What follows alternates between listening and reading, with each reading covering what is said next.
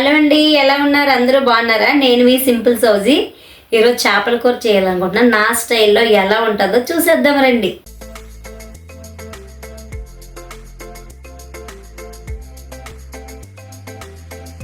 కావాల్సిన పదార్థాలు ఒకసారి చూద్దామండి.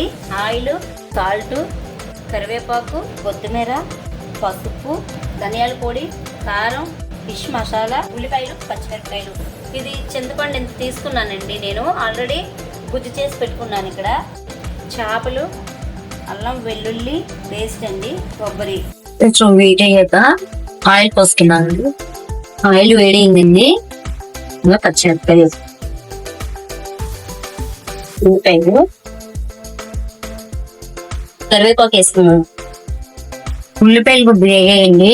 ఇప్పుడు ఈ పేస్ట్ వేసుకుందాం.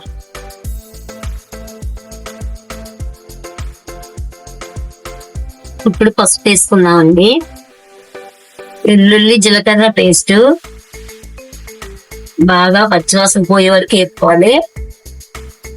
కారం వేసుకుంటున్నామండి. కారం మీ రుచికి తగినట్లు వేసుకోండి. ధనియాల పొడి వేసుకుంటున్నానండి.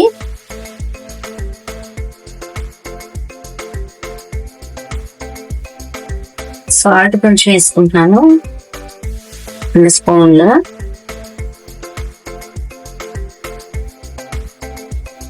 సాల్ట్ కూడా మీ టేస్ట్ తగినట్టు వేసుకోండి. ఫిష్ వేసుకుంటున్నాను.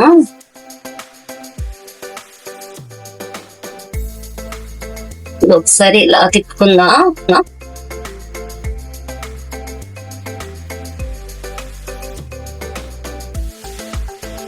గరిటె పెట్టుకొని తిప్పితే ఇరిగిపోతాయండి, అందుకనే ఇలా తిప్పుకుంటున్నాను. చింతపండు రసాన్ని పోసు.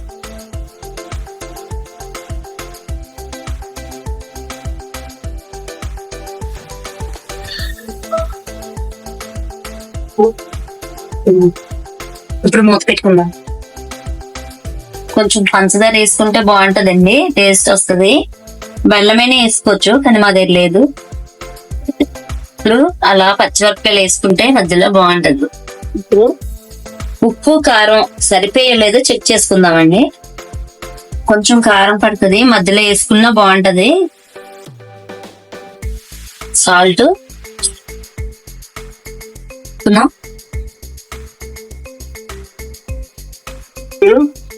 ఫిష్ మసాలా వేసుకుందామండి. కొత్తిమీర కూడా కొంచెం వేసుకొని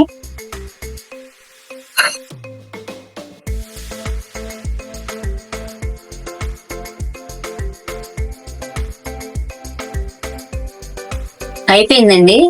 స్టవ్ ఆఫ్ చేసేస్తున్నాను.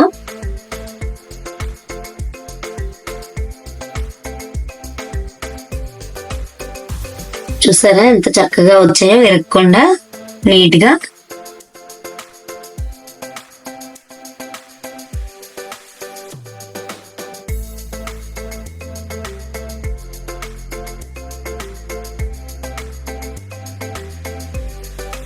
చూసారు కదండి చేపల పులుసు ఎలా చేశానో. మీకు నచ్చినట్లయితే లైక్ చేయండి, షేర్ చేయండి,